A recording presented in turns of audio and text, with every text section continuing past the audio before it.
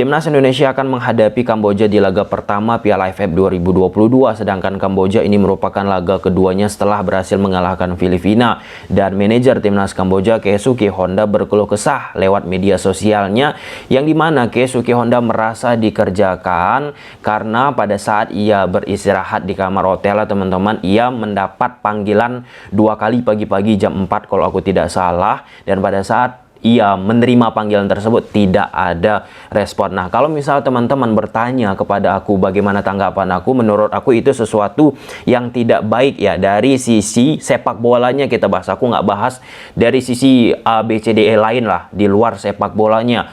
Karena coba kalau misalnya kita di posisi Keisuke Honda, Timnas Indonesia kita diganggu, pasti kita pun akan memberikan respon atas situasi yang terjadi. Kita pun harus fair, nggak bisa kita double standar, teman-teman. Ya, dengan apa yang terjadi kepada Keisuke Honda, bukan hanya dikerjai quote and quote dengan 2 panggilan tersebut seperti yang ditweet oleh Keisuke Honda.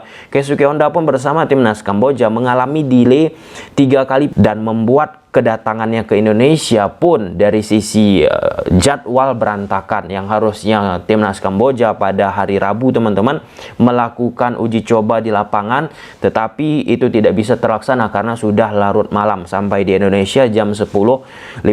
Nah, dengan situasi tersebut, kalau kita bicara dari sisi teknis sepak bola, sangat menguntungkan Timnas Indonesia, teman-teman. Nah, karena dari aspek non sepak bola sudah mengalami gangguan, baik itu dari psikis ataupun mental atas kejadian-kejadian seperti ini. Sedikit banyaknya pasti ada mempengaruhi pemain-pemain Kamboja, dan Keisuke Honda akan mengatakan hal tersebut juga kepada pemain-pemain Kamboja. Well done. Kita lihatlah nanti bagaimana. Pelatih Timnas Indonesia pun mengatakan pertandingan pertama pasti tidak akan mudah, dan itu normal bagi kita semua, teman-teman. Bukan hanya Timnas Indonesia, timnas negara manapun ketika mengikuti suatu turnamen, di laga pertama merupakan laga yang sulit. Selain itu, aku akan membahas beberapa elemen lah ya tentang Timnas Kamboja usai berhasil mengalahkan Filipina dari sisi angka ataupun data. Jadi ada parameternya apa yang akan kita bahas, teman-teman. Ini valid datanya dari sumber internal aku yang sudah aku elaborasi. Nah, kalau kita bicara dari sisi Kamboja, Kamboja ini bermainnya kolektif. Kalau kita bahas Timnas Indonesia belum bisa begitu jauh karena belum tampil di Piala AFF. Kamboja sudah tampil saat menghadapi Filipina, 3-2 mereka menang, bermain kolektif. Bagaimana aku tahu cara mereka bermain kolektif? Kalau pakai data itu, teman-teman, ada namanya XG, expected goal, angka harapan gol, seberapa banyak peluang itu diciptakan. Nah, kalau kita lihat dari starting 11 pemain Kamboja saat menghadapi Filipina, hampir semua pemain tersebut mampu menciptakan peluang, baik itu dari Sambat Tes nomor 4 dengan XG 0.25, kemudian Chan Polin 0.04, nomor punggung 8, kemudian Muslim di 0.02, kemudian Limpisot, salah satu pemain needle player, pemain jarum karakter, teman-teman, 0.14, kemudian Sing Chang Ti, kemudian Riung, Boris, teman-teman, kemudian Song Pen. Itu pemain-pemain yang memberikan kontribusi yang nggak banyak, tetapi secara permainan mereka bermain sangat kolektif, dan itu sudah teman-teman lihat di pertandingan apa yang dilakukan Kamboja menghadapi Filipina. Nah, hal seperti ini kalau kita bicara dan kita korelasikan dengan Timnas Indonesia kita, ini menjadi salah satu hal yang perlu kita antisipasi, permainan kolektif, nggak hanya mengandalkan satu individu. Di sisi lain, kita garis bawahi, teman-teman. Kenapa? Kita harus mengakui Timnas Indonesia kita dari sisi kualitas individu 1 lawan 1, teman-teman, Indonesia itu lebih unggul daripada Timnas Kamboja. Walaupun Timnas Kamboja, teman-teman, at least di momen sekarang ini mereka sedang mengalami pertumbuhan yang pesat, ingin mengejar, ini udah diakui, mereka ingin mengejar Timnas Indonesia, Thailand, Vietnam. Tapi sampai saat Piala AFF 2022 ini, kita sepakat dulu bahwa Timnas Indonesia lebih superior daripada Kamboja. Nah, jadi dengan poin itu menjadi poin penting juga Timnas Indonesia setidaknya memiliki ya kemampuan untuk bisa mengalahkan Kamboja. Nah, di sisi lain, dari sisi data teman-teman, ball possession, kalau kita lihat di pertandingan sebelumnya, Kamboja pun mengalami penurunan yang cukup drastis ketimbang di babak kedua teman-teman. Di babak pertama mereka berhasil menguasai bola, tetapi secara overall penguasaan bola yang terjadi di pertandingan ini pun dimenangkan oleh timnas Filipina dengan angka presentasi 53% berbanding 47%. Kalau misalnya secara menit teman-teman, Kamboja itu menguasai bola sebesar ataupun selama 26 menit 42 detik, sedangkan Filipina 29,50 detik teman-teman. Nah, tipis, tetapi secara orientasi apa yang diinginkan Kamboja pun coba bermain dengan proaktif, konstruktif, membangun dari bawah 1-2 sentuhan. Nah, di momen itu harusnya timnas Indonesia secara naturalnya akan melakukan pressing. Kenapa teman-teman?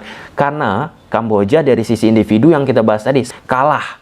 Nah, dengan melakukan pressing, timnas Indonesia diupayakan membuat pemain-pemain Kamboja panik. Ketika panik apa? Lepas bola, permainan konstruktif, inisiatif, 1-2 sentuhan yang dilakukan oleh Kamboja pun tidak akan bisa secara proporsional untuk mereka lakukan. Itu kendala dari tim-tim yang berkembang ya teman-teman, mencoba menyaingi level dari permainan tim yang lebih superior ketimbang dari skuad yang ia miliki teman-teman. Nah, itu dari sisi ball possession. Dan kalau kita bicara dari sisi passing akurasi, aku respect teman-teman untuk kedua tim ini, Kamboja ataupun Filipina.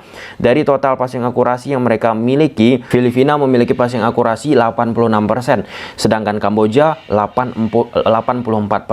Nah, kalau kita bicara di pertandingan pertama dengan intensitas yang sulit, apa yang ditunjukkan oleh Filipina ataupun Kamboja harusnya bisa ditiru teman-teman.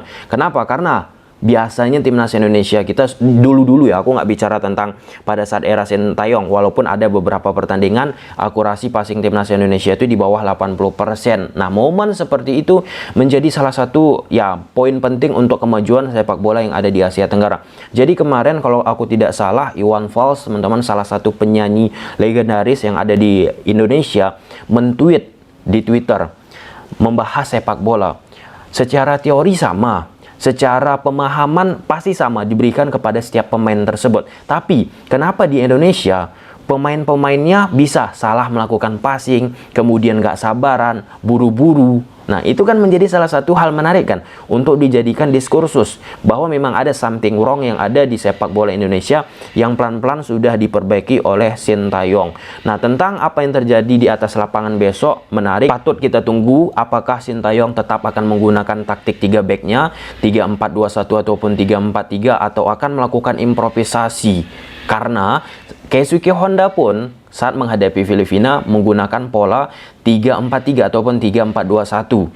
Nah, kemarin udah kita bahas, kalau misal kedua tim menggunakan pola yang sama, akan bertemulah taktik mirroring, taktik yang sama di atas lapangan. 1 lawan 1 akan bertemu.